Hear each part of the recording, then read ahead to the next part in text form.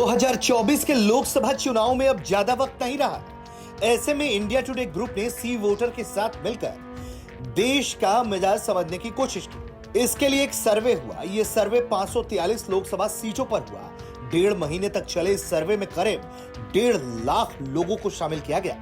35,000 लोगों से सीधे बात की गई। इस सर्वे के बाद इस नतीजे पर पहुंचे हैं कि अगर आज के दौर में चुनाव हुआ तो किसे कितनी सीटें मिलेंगी। पीएम नरेंद्र मोदी की सरकार को तीसरा कार्यकाल मिलेगा या विपक्ष कुछ और कमाल कर दिखाएगा। देश का मिजाज जो सामने आ रहा है और उसमें बीजेपी के लिए अच्छी खबर है। बीजेपी इस बार 2024 के चुनाव में हैट्रिक लगाती हुई दिख रही है। अब बड़ी बात यह है कि बीजेपी 300 के पार जाने की ओर दिखाई दे रही है। अगर बात करें गठबंधन पॉलिटिक्स की तो 543 में से एनडीए को 335 सीटें मिलने का अनुमान है, जबकि इंडिया ब्लॉक के खाते में 166 सीटें आ सकती हैं।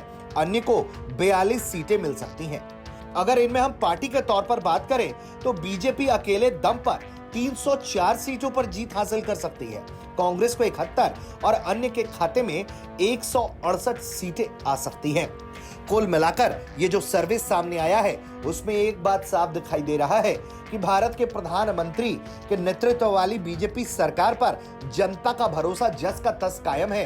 तभी तो बीजेपी को बम्पर सीटें इस बार भी मिलती हुई दिखाई दे रही है और बीजेपी अपने अकेले दम पर सरकार बनाती हुई भी दिखाई दे रही है। और अगर वो पूरा अपना कुनबा जोड़ दे तो एक बार फिर एनडीए बम्पर बहुमत के साथ 2024 के लोकसभा चुनाव में वापसी करती हुई दिखाई दे रही है। ब्यूरो रिपोर्ट, भारत तक।